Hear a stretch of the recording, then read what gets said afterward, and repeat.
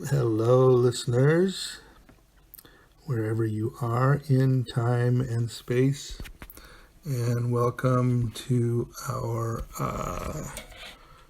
12th part of our complete reading, The Adventures of Tom Sawyer by Mark Twain. And here is chapter 15.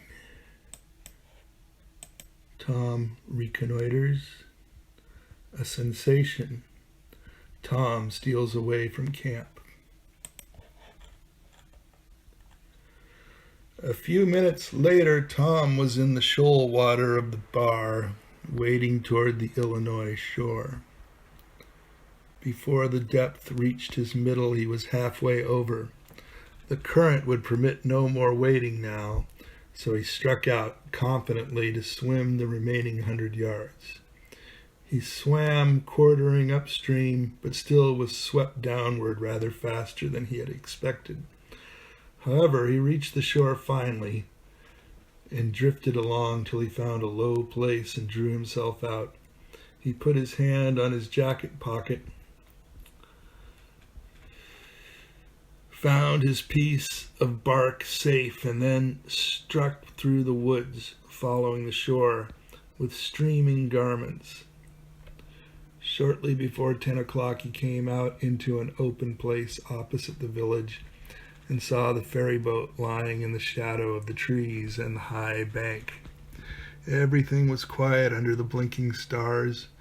He crept down the bank, watching with all his eyes, slipped into the water, swam 3 or 4 strokes, and climbed into the skiff that did yawl duty at the boat's stern. He laid himself down under the thwarts and waited, panting. Presently the cracked bell tapped and a voice gave the order to cast off. A minute or two later the skiff's head was standing high up against the boat's swell, and the voyage was begun. Tom felt happy in his success, for he knew it was the boat's last trip for the night. At the end of a long 12 or 15 minutes, the wheel stopped and Tom slipped overboard and swam ashore in the dusk, landing 50 yards downstream out of danger of possible stragglers. He flew along unfrequented alleys and shortly found himself at his aunt's back fence. He climbed over, approached the L, and looked in at the sitting room window, for a light was burning there. There sat Aunt Polly, Sid, Mary, and Joe Harper's mother grouped together talking. They were by the bed, and the bed was between them and the door. Tom went to the door and began to softly lift the latch. Then he pressed gently, and the door yielded a crack. He continued pushing cautiously and quaking every time it creaked, till he judged he might squeeze through on his knees. So he put his head through and began warily. "What makes the candle blow so?" said Aunt Polly. Tom hurried up. "Why, the door's open, I believe. Why, of course it is. No end of strange things now. Go long and shut it, Sid." Tom disappeared under the bed just in time. He lay and breathed himself for a time, and then crept to where he could almost touch his aunt's foot. Aunt Polly. He wasn't bad, so to say, only mischievous, only just giddy and harum-scarum, you know. He weren't any more responsible than a colt. He never meant any harm, and he was the best-hearted boy that ever was. And she began to cry. It was just so with my Joe, always full of his devilment and up to every kind of mischief. But he was just as unselfish and kind as he could be, and laws bless me to think I went and whipped him for taking that cream, never once recollecting that I throwed it out myself because it was sour, and I never to see him again in this world, never, never, never, poor abused boy. And Mrs. Harper sobbed as if her heart would break. "I hope Tom's better off where he is," said Sid. But he'd been better. But if he'd been better in some ways... "Sid!" Tom felt the glare of the old lady's eye, though he could not see it. "Not a word against my Tom, now that he's gone. God'll take care of him. Never you trouble yourself, sir. Oh, Mrs. Harper, I don't know how to give him up. I don't know how to give him up. He was such a comfort to me, although he tormented my old heart out of me most. The Lord giveth, and the Lord hath taken away. Blessed be the name of the Lord. But it's so hard. Oh, it's so hard. Only last Saturday my Joe busted a firecracker right under my nose, and I knocked him sprawling. Little did I know how soon. Oh, if it was to do over again, I'd hug him and bless him for it. Yes. I know just how you feel, Mrs. Harper. I know just exactly how you feel. No longer ago than yesterday noon, my Tom took and filled the cat full of painkiller, and I did think the creature would tear the house down. And God forgive me, I cracked Tom's head with my thimble. Poor boy, poor dead boy. But he's out of all his troubles now. And the last words I ever heard him say was to reproach. But this memory was too much for the old lady, and she broke down entirely. She broke entirely down. Tom was snuffling now himself, and more in pity of himself than anybody else. He could hear Mary crying and putting in a kindly word for him from time to time. He began to have a nobler opinion of himself than ever before. Still, he was sufficiently touched by his aunt's grief to long to rush out from under the bed and overwhelm her with joy, and the theatrical gorgeousness of the thing appealed strongly to his nature, too. But he resisted and lay still. He went on listening and gathered by odds and ends that it was conjectured at first that the boys had got drowned while taking a swim. Then the small raft had been missed. Next, certain boys said that the missing lads had promised that the village should hear something soon. The wise heads had put this and that together and decided that the lads had gone off on that raft and would turn up at the next town below. Presently, but toward noon, the raft had been found lodged against the Missouri shore some 5 or 6 miles below the village, and then hope perished.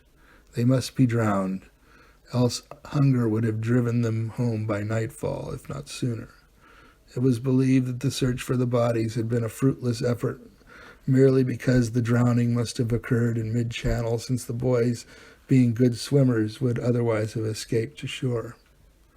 This was Wednesday night. If the bodies continued missing until Sunday, all hope would be given over, and the funerals would be preached on that morning.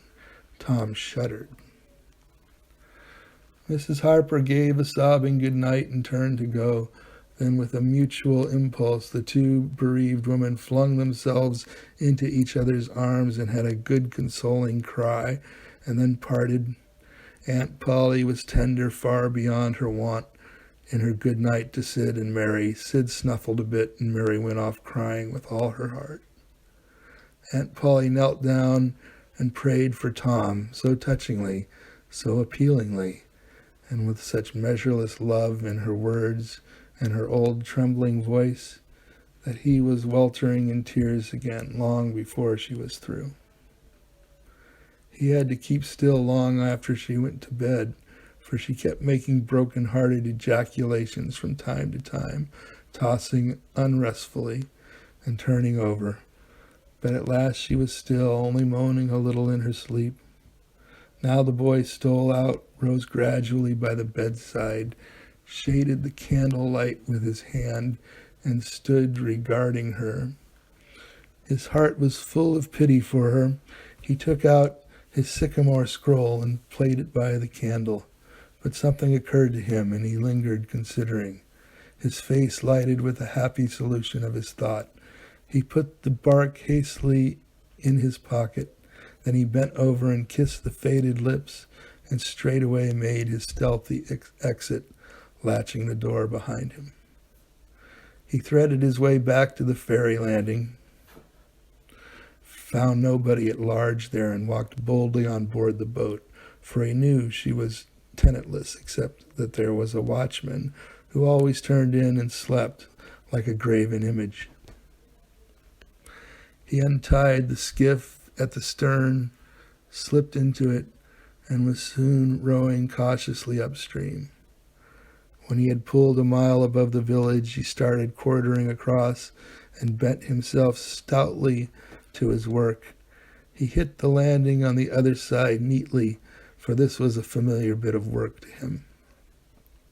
He was moved to capture the skiff, arguing that it might be considered a ship and therefore legitimate prey for a pirate, but he knew a thorough search would be made for it, and that might end in revelations. So he stepped ashore and entered the woods.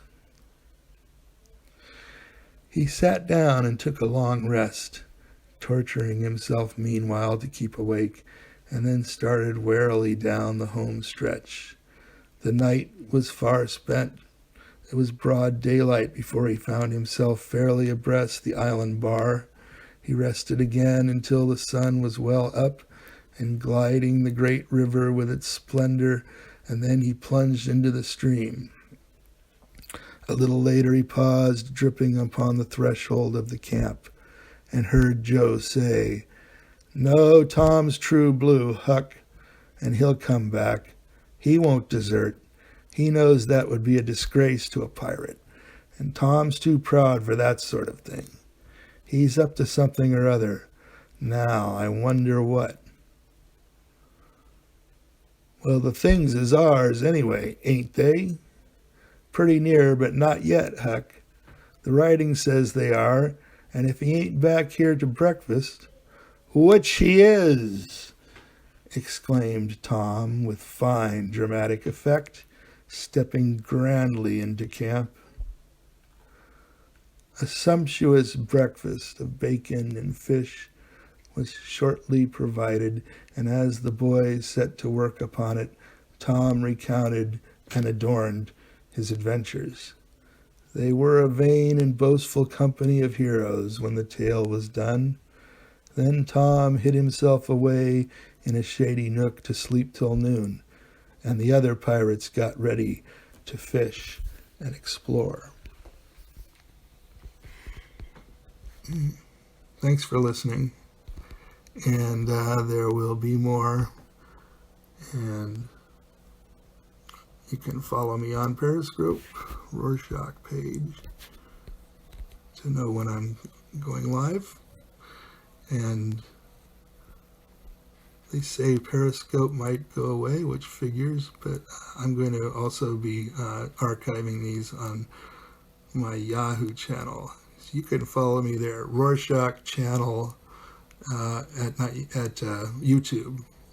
YouTube Roarshock channel. Just do a search there, and all of these will be archived there. And if Periscope goes away, I guess I will stream from there. Thanks very much.